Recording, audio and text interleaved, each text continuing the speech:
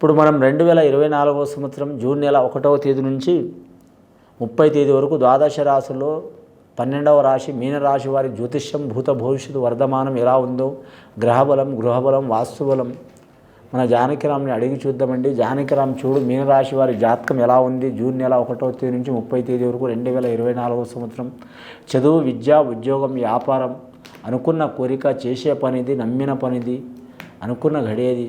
చదువు, విద్య, ఉద్యోగ, వ్యాపార విషయంది, సంతాన విషయంది, కుటుంబ విషయంది, అలాగే విదేశాన యోగ బలంది, రాజకీయ రంగంది, అలాగే పెద్దల స్థానంది, ఉద్యోగ బలంది, అలాగే మనుషుల మాట తడించిన కార్యంది, అలాగే గృహబలంది, వాస్తుబలంది, గుణబలంది, రాజకీయ రంగంది, అలాగే తరించిన కార్యంది ఎలా ఉంది చూడు జానకిరామ్.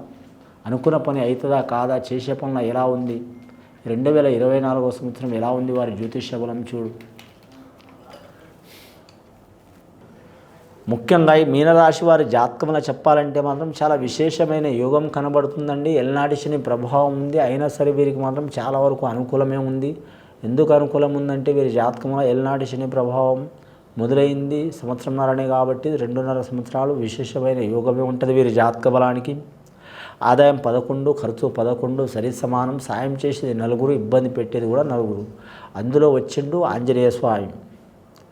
అంటే కరెక్ట్ వారి జ్యోతిష్యంలో చూడాలంటే మాత్రం శ్రీరామచంద్రుడి భక్తుడు, కార్యసిద్ధి చేయగల వాడు శ్రీ ఆంజనేయ స్వామి కాబట్టి శ్రీ ఆంజనేయ స్వామి లక్ష్మణుడికి యుద్ధకాలంలో మాత్రం ఇబ్బంది వస్తే మాత్రం ఒక చెట్టును తెమ్మంటే మొత్తం సంజీవుని పర్వతమే ఎత్తుకొని వచ్చిండు. మృత్యుంజయ ఒక అమృతకాల ఘడియది చెట్టును తెమ్మంటే, సంజీవుని మొక్క తెమ్మంటే ఒకటేసారి పర్వతమే తెచ్చిండు.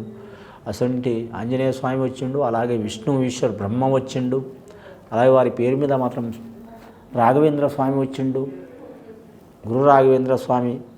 సరస్వతి దేవత వచ్చింది, సకల విద్యా కారకురాలు. పాండురంగ స్వామి వచ్చిండు, విఠల పాండురంగ స్వామి. బెజవాడ కనకదుర్గమ్మ వచ్చింది. అమ్మదయ ఉంటే అన్నీ ఉన్నట్లే అన్నట్టు. షిరిడి సాయిబాబు వచ్చిండు వారి పేరు మీద, గురుబలం ఉంది కాబట్టి.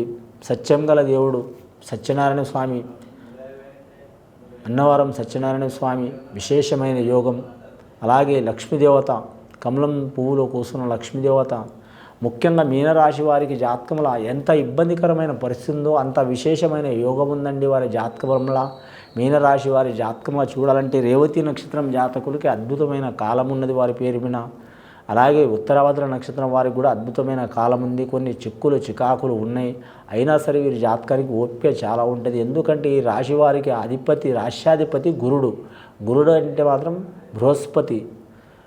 దేవతలకు మనుషులకు గురుడు చాలా వరకు విషయమైన ఫలిస్తాడండి. శుక్రగ్రహం రాక్షసులకు గురుడు అయితే మాత్రం దేవతలకు మాత్రం బృహస్పతి గురువు. కానీ గ్రహం చాలా వరకు అనుకూలమైన యోగం ఉంటుంది. సనాతన ధర్మం పాటిస్తారు, పెద్దల మాట ప్రకారం నడుస్తారు, తాత ముత్తాతల పేరు సంపాదించుకుంటారు. గ్రహణ శక్తి చాలా ఉంటుంది, ఆలోచించే శక్తి చాలా ఉంటుంది. పువ్వు పుట్టంగానే పరిమళించిందన్నట్టు వీరికి పుట్టుక నుంచి వీరికి కష్టం సుఖం అన్నీ తెలిసే ఉంటాయి. ధనం ఉంది కదని మురువరు లేవని బాధపడరు, 10 రూపాయలు ఉన్నాయని మురువరు లేవని బాధపడరు. అయిన వారం దగ్గర తీసుకోరు, కాని వారం తీసిపడారు. ఒక్కోసారి వీరి చేతిలో ధనం ఆగదు, నోట్ల మాట తాగదు, కడుపులో విషయం ఉండదు. అందరూ మనవారే అనుకుంటారు, నమ్మి మోసపోతారు. మోసపోయిన బాధపడే గుణం ఉండదు వీరి పేరు మీద, యథార్థ గుణం ఉంటుంది. అయిన వారం నెత్తిని పెట్టుకోరు, కాని వారం తీసిపడేరు. అందరూ మనవారే అనుకుంటారు. అసలు స్వభావం నడుస్తుంది వీరి జాతక బలంలో. వీరి జాతకానికి ఎక్కువ దేశ సంచారం తిరిగే అవకాశం ఉందండి. ఒక రాష్ట్రం అంటూ కాదు, ఒక ప్రాంతం అంటూ కాదు, ఒక జిల్లా అంటూ కాదు, 4 దిక్కులు తిరిగే అవకాశం ఉంది. తూర్పు, పడమర, దక్షిణం, ఉత్తరం. అంటే ఇందులో అష్టదిక్కులు కూడా అంటారు. 4 దిక్కులు అంటే తూర్పు, పడమర, దక్షిణం, ఉత్తరం. అందులో ఉపదిక్కులు కూడా ఉన్నాయండి. ఈశాన్య భాగం ఉన్నది. అలాగే వీరి జాతకంలో ఆగ్నేయ భాగం ఉంటుంది, నైరుతి భాగం ఉంటుంది, వాయువు భాగం ఉంటుంది. 4 దిక్కులు. 8 దిక్కులు ఎక్కడ పోయిన వీరికి మాత్రం తిరగటం తప్పదు. అనుకున్న పని సాధించే అవకాశం ఉంది. రాజకీయ నాయకులకు విశేషమైన యోగం ఉంది. గత కొన్ని సంవత్సరాల నుంచి పడుతున్న ఇబ్బందులు తొలగిపోయే అవకాశాలు ఉన్నాయి.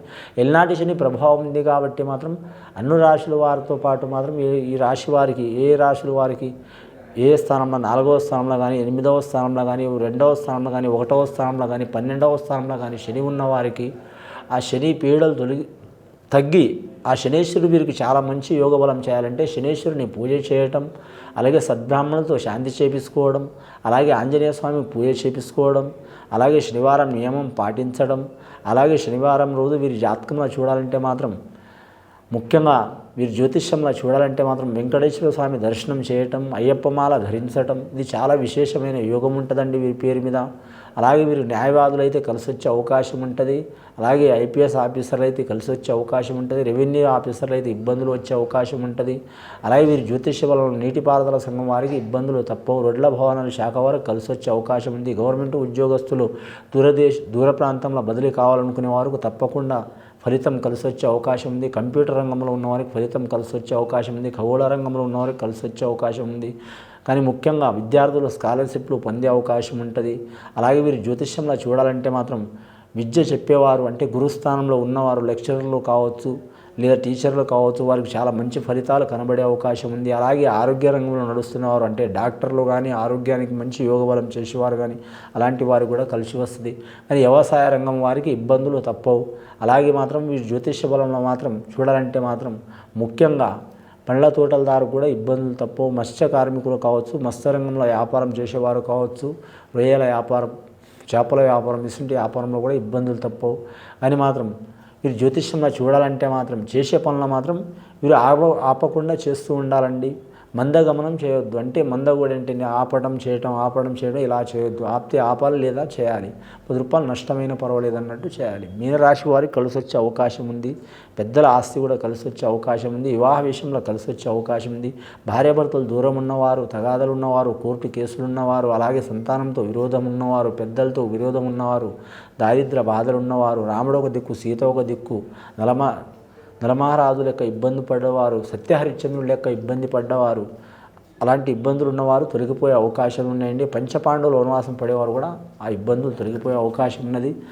ముఖ్యంగా వీరు మాత్రం శనేశ్వరుని పూజ చేయించడం, నవగ్రహాన్ని పూజ చేయించడం, అలాగే గురు రాఘవేంద్ర స్వామికి పూజ చేయించడం, అలాగే అన్నదానం చేయించడం, గోదానం, భూదానం, సువర్ణదానం చేయించడం చాలా మంచిది. విద్యార్థులకు విద్య విషయంలో కలిసి వచ్చే అవకాశం ఉంది. అలాగే మాత్రం వీరు జ్యోతిష్యంలో నిరుద్యోగులకు ఉద్యోగ విషయంలో కలిసి వచ్చే అవకాశం ఉంది. గత కొన్ని సంవత్సరాల నుంచి పడుతున్న బాధలు, చిక్కులు, చికాకులు కూడా తొలగిపోయే అవకాశం ఉంది. ఇది విని చూసి ఆచరించే వారి గొప్ప ఫలితాలు కలుగుతాయండి.